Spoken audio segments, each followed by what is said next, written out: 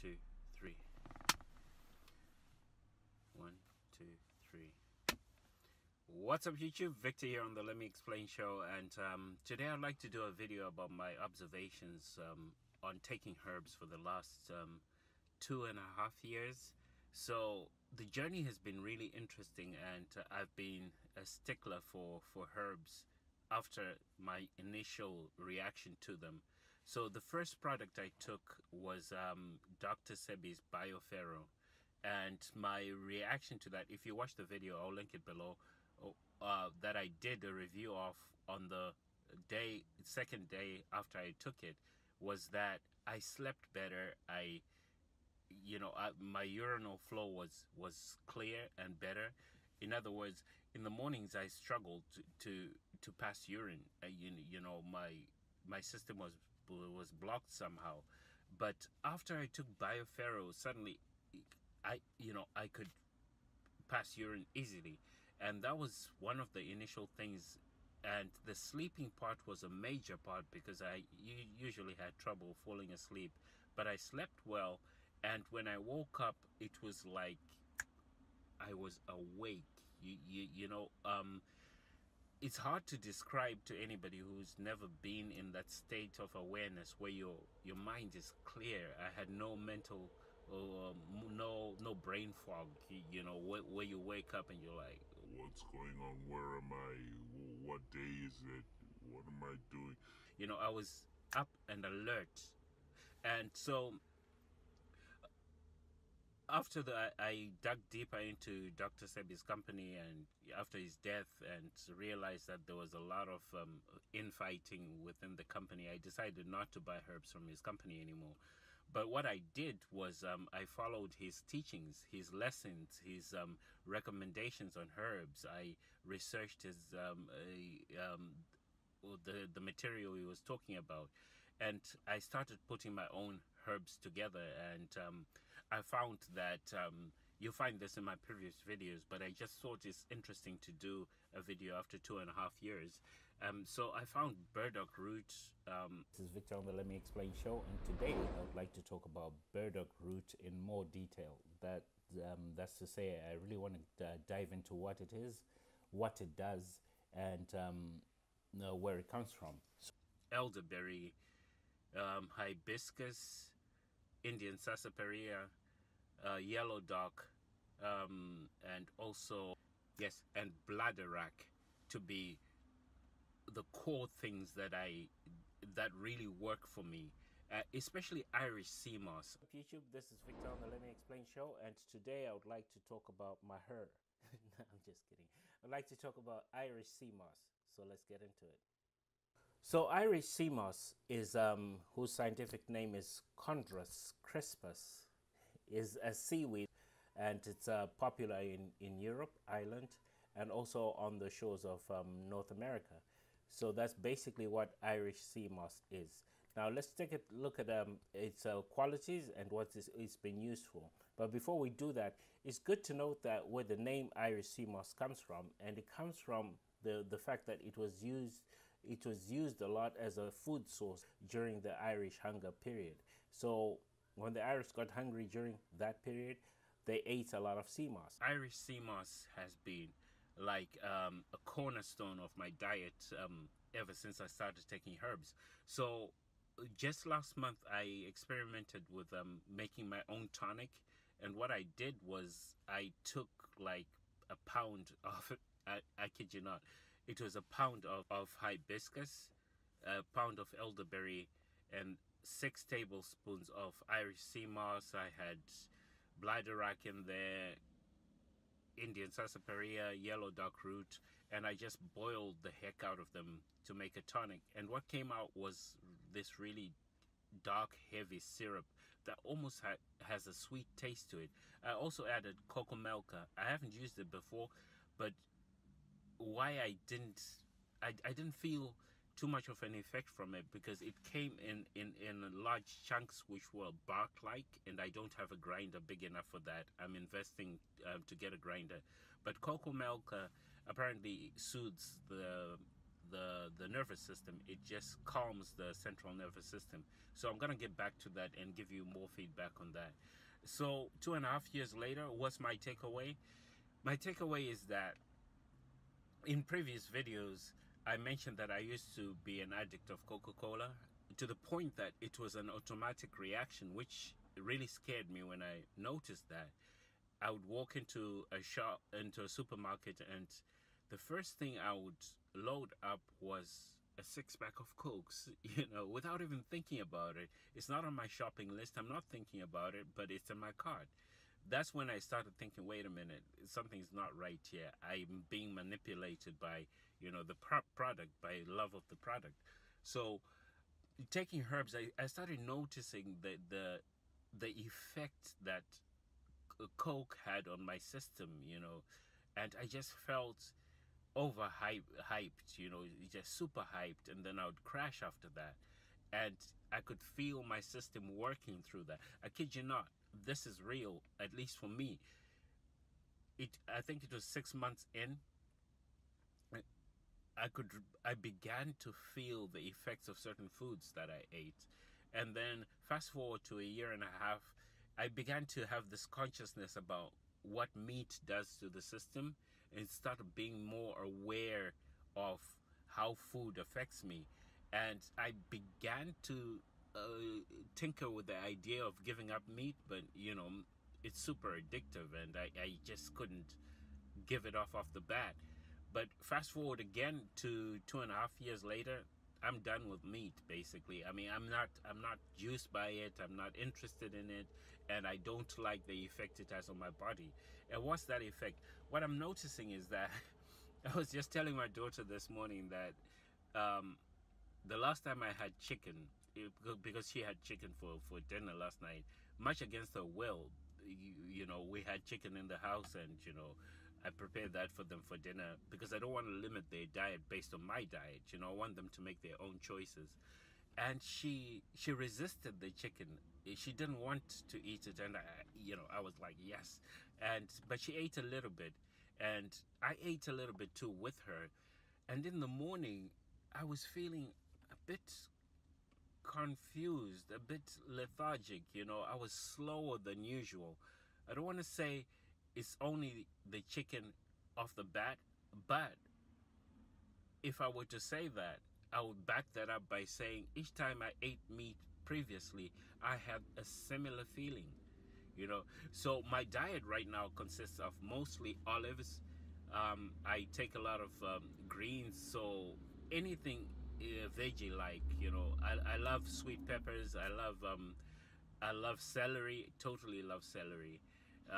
Cilantro. I love avocados. So anything natural really gives me a nice balanced flow throughout the day, and I really enjoy my day per se. It feels like I've lifted a load off my system, and everything else is functioning better. So that's my observation from taking herbs going forward. So another reason why I wanted to do this video is just to put a marker to say, again, that decision making is jumped in, because my weakness right now is 2 teaspoons of sugar in my coffee. So once I can get over the sugar in my coffee, I've made the decision today. I'm having my first cup of coffee without sugar, and we'll see how that goes. And my approach is not to punish myself. I make a conscious decision, then I slowly cut down and eliminate whatever I'm working with. And it's worked for me. I used to smoke. I used to drink Coca-Cola. I'm off both those things, and I've got no reaction to meat. People can eat meat in front of me. I'm not interested in it. I don't touch pizza at all. It's not food to me. It doesn't register as food anymore. And talk about burgers and French fries. No, I don't even go there, because I've rewired my mind to what I consider food and what I don't consider as food. And this rewiring came through just a conscious decision, asking myself, how will I feel after I eat this? and then after I eat it, I observe how I feel and decide whether I like that or not. And that reaction paves the way forward for me. So, um, the last thing I'll say is that people should, if you're not on herbs already, or if you're not um, sure about the effect of it, think about it this way. The body needs nutrients, right? And herbs have got the most nutrients out there, coupled with a couple of greens and stuff. Natural food is more nutrient filled rather than a pizza or some fast food or some commercial food.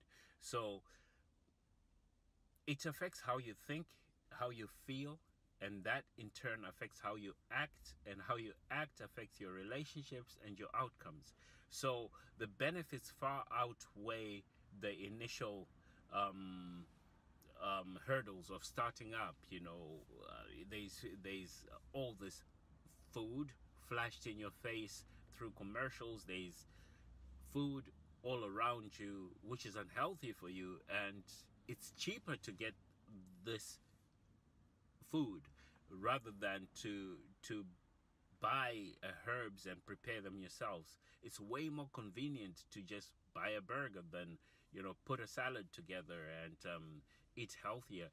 But in the long run, do you want to live with a well-maintained machine, which is your body, or do you want to spend more time maintaining that body because you've let it deteriorate during the course, during the journey?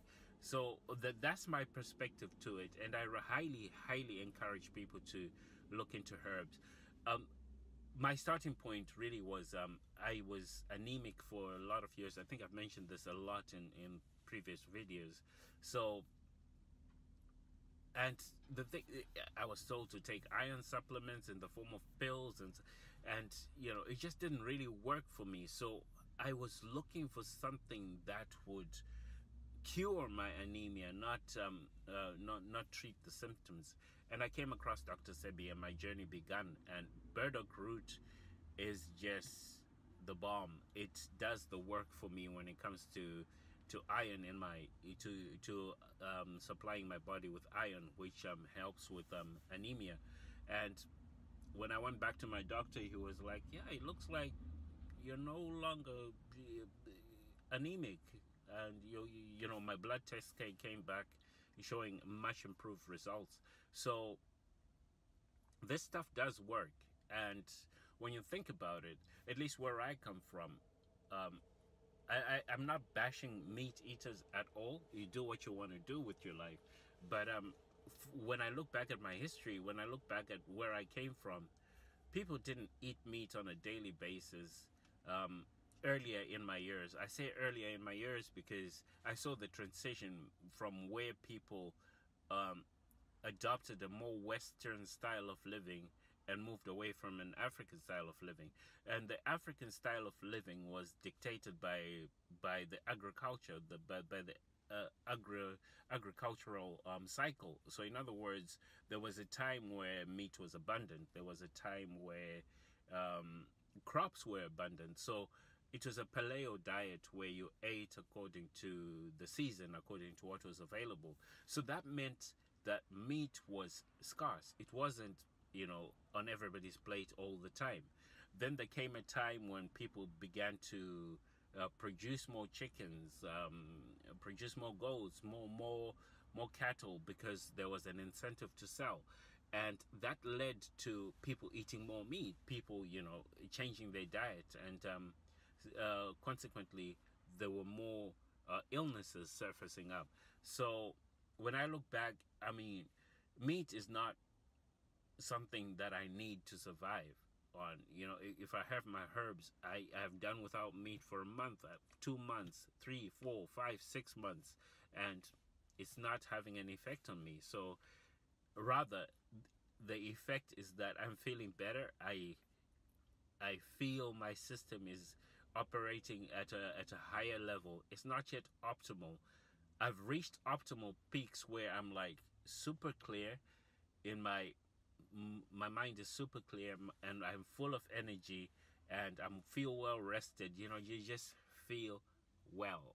All right. So I would recommend you look into your own life and take stock of what's going on with you and what you want to achieve.